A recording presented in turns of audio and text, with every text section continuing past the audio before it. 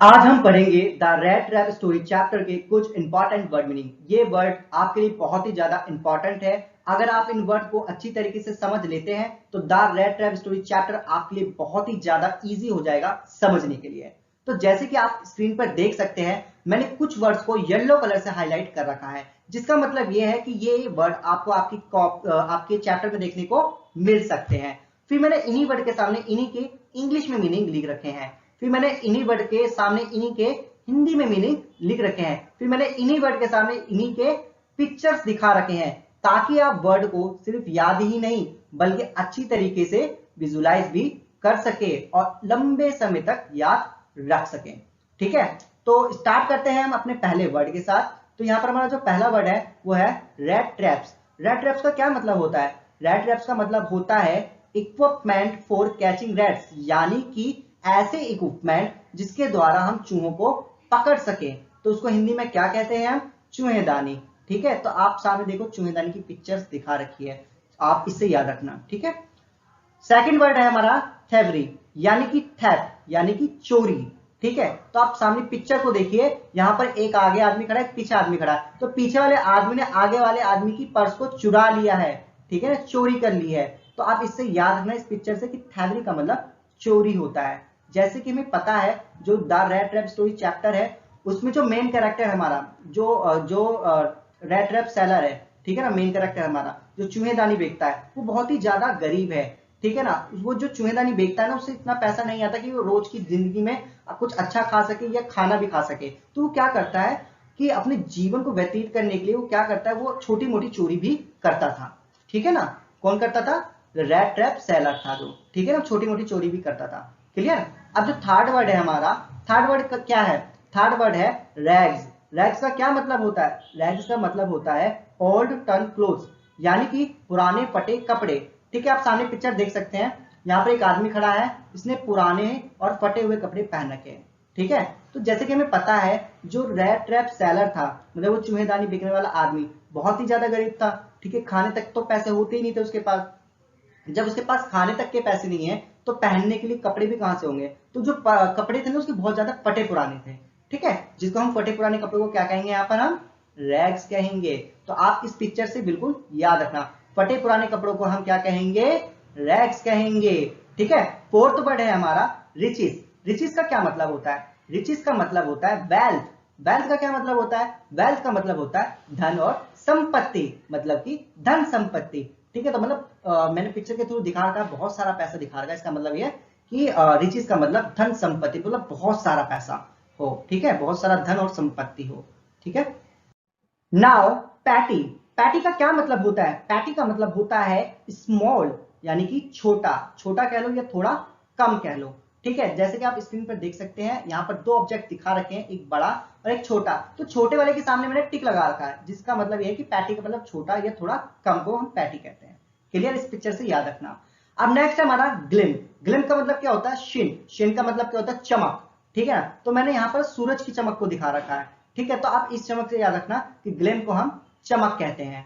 अब है हमारा नेक्स्ट शेल्टर। शेल्टर को क्या कहते हैं हम? शेल्टर को कहते हैं रिफ्यूज, और उसको हिंदी में कहते हैं आश्रय। मतलब कि शेल्टर का मतलब यह होता है कि एक ऐसी जगह जहां पर इंसान जाके ठहर सके, रुक सके, कुछ समय बिता सके, वहां पर कुछ घंटे कुछ दिन ऐसे मतलब बिता सके, एक ऐसी जगह।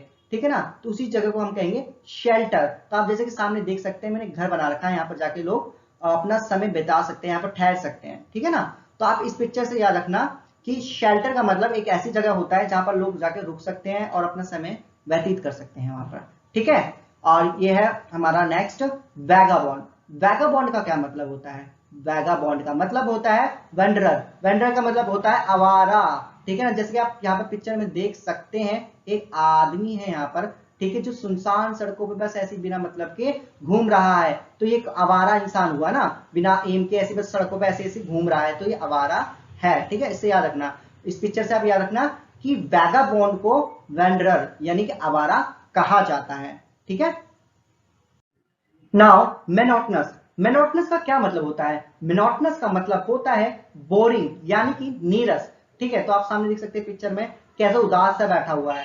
ठीक है, मतलब बोरिंग सा फील हो रहा है ऐसे, मतलब उदास सा बैठा हुआ। तो आप इस पिक्चर से याद रखना मोनोटोनस का मतलब होता है बोरिंग यानी कि नीरस। नेक्स्ट है हमारा टेम्प्टिव।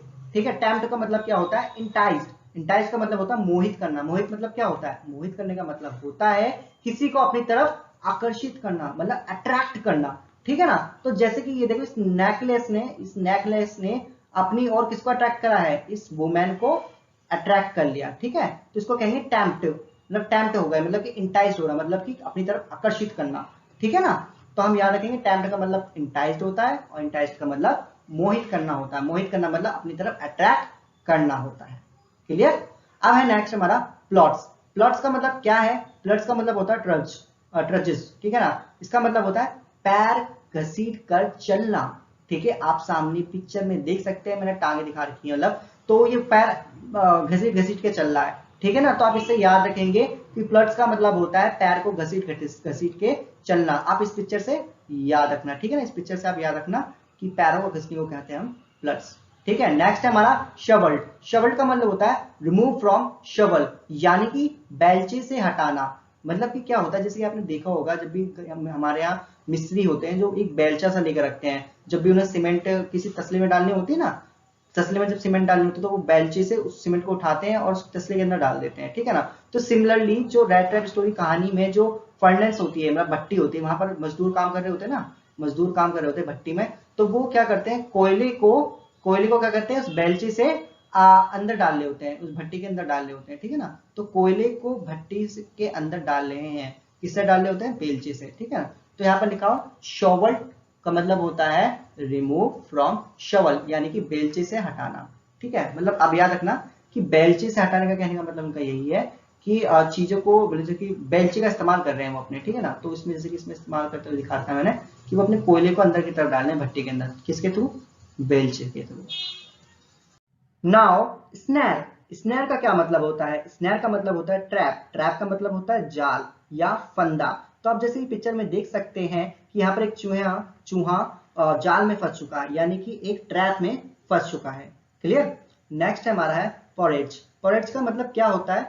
ओट मील्स, यानी कि खिचड़ी। तो आप सामने देख सकते हैं पिक्चर में कि एक कटोरे में बहुत सारी खिचड़ी रखी हुई है। ठीक है ना। तो इससे याद रखना आप।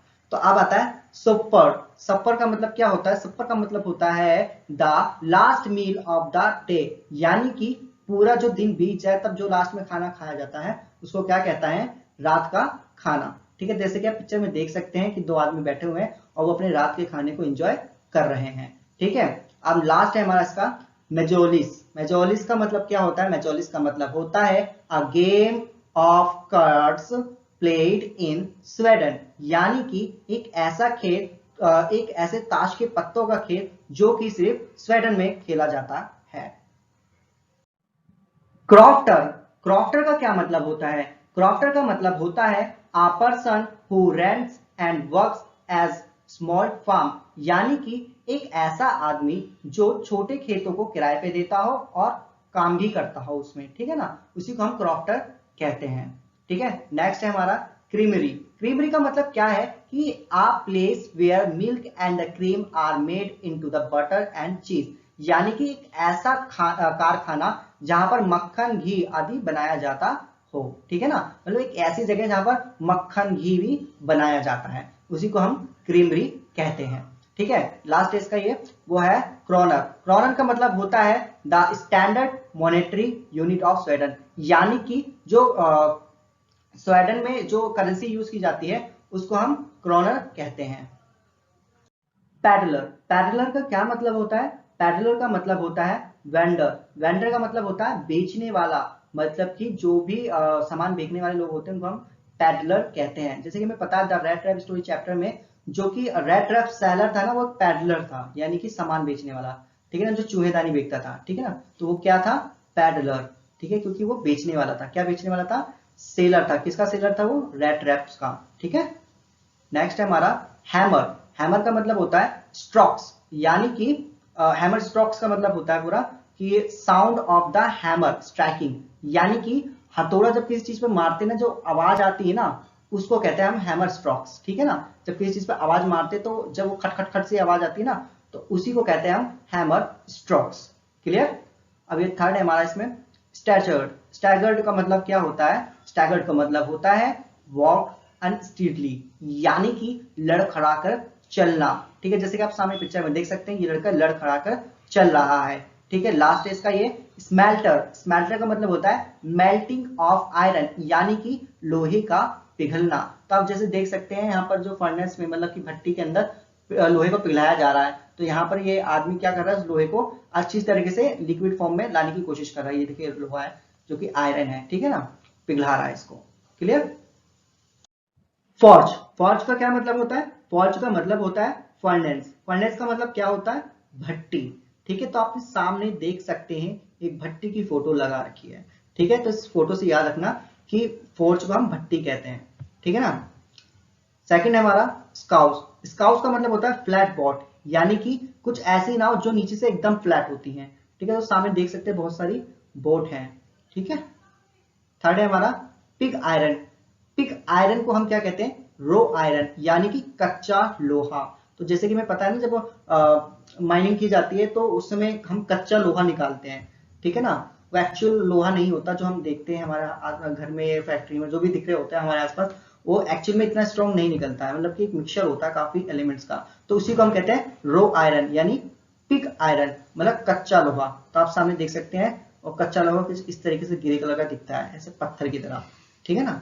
अब आता है लास्ट इसका बिलोस। बिलोस का मतलब क्या होता है? पाइप्स दैट ब्लो एयर, यानी कि धोकनी, यानी कि एक ऐसा पाइप जो कि आर पार हवा पास कर सके। ठीक है ना, इसको हम कहते हैं बिलोस, मतलब एक ऐसा पाइप जिसमें आर पार हवा जा सके।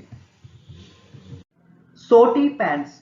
सोटी पैंट्स का क्या मतलब होता है? सोटी पैंट्स का मतलब होता है ग्लास पैंट्स कवर्ड विथ सोट, यानी कि कुछ खिड़की के ऐसे शीशे जो कि काली राख, यानी कि काले धुएं के जो पार्टिकल होते हैं ब्लैक, उस शीशे पे चिपक जाते हैं, तो उसके बाद जो शीशा है ना वो खुद काला काला से दिखने लगता है। ठीक है ना, तो इसी को कहेंगे हम कालिक से ढके हुए कांच के शीशे, यानी कि जो कालिक के डस्ट पार्टिकल हैं ब्लैक कलर के, वो किस पे चिपकते हैं? आपके शीशे पे चिपकते हैं, जिसकी वजह से आपको शीशा भी ब्लैक ब्लैक सा दिख रहा है। जैसे कि आप देख सकते हैं यहाँ पर इस शीशे में लगता है कि ब्लैक ब्लैक से इसलिए दिख रहा है क्योंकि इसके ऊपर कालिक चिपक गई है। कालिक चिपक जाना मतलब ब्लैक पार्टिकल चिपक गए हैं धुएं के। ठीक है। और नेक्स्ट है हमारा एक्वेंटेंस। एक्वेंटेंसेस का मतलब होता है वेल नोन, मतलब ऐसा इंसान जिसको आप पहले से जानते हो। ठीक है, या आप एक दूसरे को पहले से जानते हो, उसको क्या कहेंगे हिंदी में? परिचित। परिचित। ठीक है ना। तो इसको आप देख सकते हैं आमने सामने, ये दोनों एक दूसरे को जानते हैं, इसलिए एक दूसरे से बातें ये दोनों कर रहे हैं। ठीक है। थर्ड है हमारा कॉमरेड। कॉमरेड का मतलब होता है कलीग। कलीग का मतलब होता है साथी। ठीक है, तो आप देख सकते हैं कि ये दोनों एक साथ है, मतलब एक दूसरे के साथी हैं ये। ठीक है। लास्ट है इसका अलार्म। अलार्म का मतलब होता है प्रिटेंड। प्रिटेंड का मतलब होता है चिंतित, यानी कि ये आदमी, ये लड़का जो है काफी ज्यादा चिंतित है। आप इसके एक्सप्रेशन को चेक कर सकते हैं, इसका मतलब ये है कि ये जो लड़का है काफी ज्यादा चिंतित है।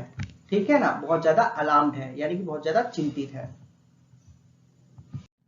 Sneak away. स्निक अवे का मतलब होता है स्कैप, यानी कि सुरक्षित निकल जाना। इसका मतलब यह है कि कहीं से चुपचाप बिना बताए किसी को चुपचाप निकल जाना। ठीक है, उसी को कहेंगे हम स्नेक। यहाँ पे देख सकते हैं मैंने सिंपल सा दिखा रखा है, पिक्चर दिखा रखी है। ठीक है, कैसे चापे पाए चुपचाप निकलने की यहाँ से कोशिश कर रहा है। ठीक है। नेक्स्ट है हमारा एम्बेरेस्ड। एम्बेरेस्ड का मतलब होता है फीलिंग अनईजी, यानी कि बेचैनी से महसूस करना। ठीक है, तो आप इस लड़के को देख सकते हैं, इसके पसीने भी आ रहे हैं, थोड़ा सा मुस्कुरा भी रहा है, डरा हुआ सा भी है। ठीक है ना, तो ये क्या है? बेचैन टाइप का है, ये बेचैनी से महसूस कर रहा है, तो इसी को कहेंगे एम्बेरेस्ड। ठीक है। थर्ड है हमारा बॉथर। बॉथर का मतलब होता है वरी, यानी कि परेशान होना, मतलब किसी चीज के लिए चिंता करना। तो आप इस लड़की को देख सकते हैं, ये चिंता कर रही है किसी चीज की, माथे पे हाथ रखा है और किसी बात चीज के बारे में सोच रही है। तो मतलब ये बॉथर यानी कि वरी, मतलब परेशान हो रही है। ठीक है ना, तो ये चिंता कर रही है किसी चीज की। क्लियर। और इसका है एस्टोनिश्ड का मतलब होता है सरप्राइज्ड, मतलब आश्चर्यचकित, मतलब एक ऐसा सरप्राइज जिसको देख के आश्चर्यचकित हो जाना, यानी मतलब हिंदी मीनिंग है इसका, मतलब कि किसी चीज को देख के सरप्राइज हो जाना। तो यहाँ पर देख सकते हैं आप, ये जो लड़का है सरप्राइज हो गया है, किसी चीज को देख के बहुत ज्यादा सरप्राइज हो गया है। Clear. Close examine. Close examine का मतलब होता है क्लोज क्वेश्चन, यानी कि पूछताछ। ठीक है, जैसे कि आप सामने पिक्चर में देख सकते हैं कि यहाँ पर जो जिसने ब्लैक कलर के कपड़े पहन रखे हैं, तो ऐसा लग रहा है सामने वाले से कुछ पूछ रहा है, क्योंकि उन्होंने अपना हाथ उठा रखा है ना। तो ऐसा लग रहा है ये पिक्चर जैसे कि ये ब्लैक वाला है जिसने कपड़े पहन रखे हैं, वो सामने वाले से कुछ पूछ रहा है। तो आप इस पिक्चर से याद रखना कि क्लोज एग्जामिन का मतलब होता है पूछताछ। नेक्स्ट है हमारा रोम्ड। रोम्ड का मतलब होता है well dress up and made up, यानी कि तैयार, ठीक है ना। तो जैसे कि आप सामने देख सकते हैं पिक्चर में, ये आदमी एकदम तैयार है, जैसे कि इसने अच्छे कपड़े पहन रखे, कोट पहन रखा है, अंदर टी शर्ट सी पहन रखी है, ठीक है ना। तो मतलब ये पूरी तरीके से तैयार है, वेल ड्रेसअप है। तो जैसे कि हमें पता है the red trap story chapter में जो पैडलर होता है वो आयरन मास्टर के घर जाता है, ठीक है। तो आयरन मास्टर क्या करते हैं, अपने नौकर को ऑर्डर देते हैं कि जाकर तुम इस जो पैडलर को अंदर नहला दो, धुला दो और इसकी शेविंग वेविंग करके अच्छी तरीके से कपड़े पहनाकर बाहर लेकर आओ। तो जब वो कपड़े पहनकर बाहर आता है तो बिल्कुल इसी तरीके से दिखता है, वेल ड्रेस होता है वो, ठीक है ना। नेक्स्ट है हमारा चेयर। चेयर का मतलब होता है जॉय। जॉय मतलब होता है हर्ष। हर्ष मतलब होती है खुशी। तो आप सामने पिक्चर देख सकते हैं कि ये आदमी बहुत ही ज्यादा खुश लग रहा है, मतलब कि बहुत ज्यादा जॉय है, मतलब खुश खुश है अंदर से, ठीक है ना। तो आप इस पिक्चर से भी याद रखना कि चेयर का मतलब हर्ष होता है, यानी कि खुशी होती है, मतलब अंदर से खुश है वो, ठीक है ना। नेक्स्ट है हमारा चेस्ड अवे। चेस्ड अवे का मतलब होता है एलिमिनेट, यानी कि निकाल देना। तो सामने आप पिक्चर जैसे कि देख सकते हैं कि ये आदमी ऐसे उंगली करके एक बच्चे को बाहर निकालने की कोशिश कर रहा है कि बाहर निकल जाओ, है ना। तो आप इस पिक्चर से याद रखना कि चेस्ट अवे का मतलब होता है बाहर निकाल देना या किसी को भगा देना। क्लियर। क्वेर। क्वेर का मतलब होता है स्ट्रेंज। स्ट्रेंज का मतलब होता है अनोखा। अनोखा का मतलब क्या है कि जैसे कि कोई चीज है, कोई सब्सटेंस है, उसकी जैसे कोई और दूसरी चीज है ही नहीं, तो एक अनोखी चीज हो गई, है ना। नेक्स्ट हमारा रेंच। रेंच का मतलब होता है अनफॉर्चुनेट, यानी कि अभागा। अभागा मतलब कोई अनलक्की पर्सन हो या कोई अनलक्की चीज हो, ठीक है ना, उसी को कहते हैं। नेक्स्ट हमारा प्रेच। प्रेच का मतलब होता है सरमोनाइज, यानी कि उपदेश करना। उपदेश करने का मतलब क्या होता है, किसी को ऑर्डर देना या किसी को कुछ बताना या किसी को धर्म का ज्ञान देना, ठीक है ना। नेक्स्ट है, लास्ट है जो हमारा ये है ड्रेरी। ड्रेरी का मतलब होता है लोनली। लोनली का मतलब होता है सुनसान, ठीक है ना। और सुनसान का मतलब तो आपको पता ही है, एकदम जहां पर कोई आवाज ना हो।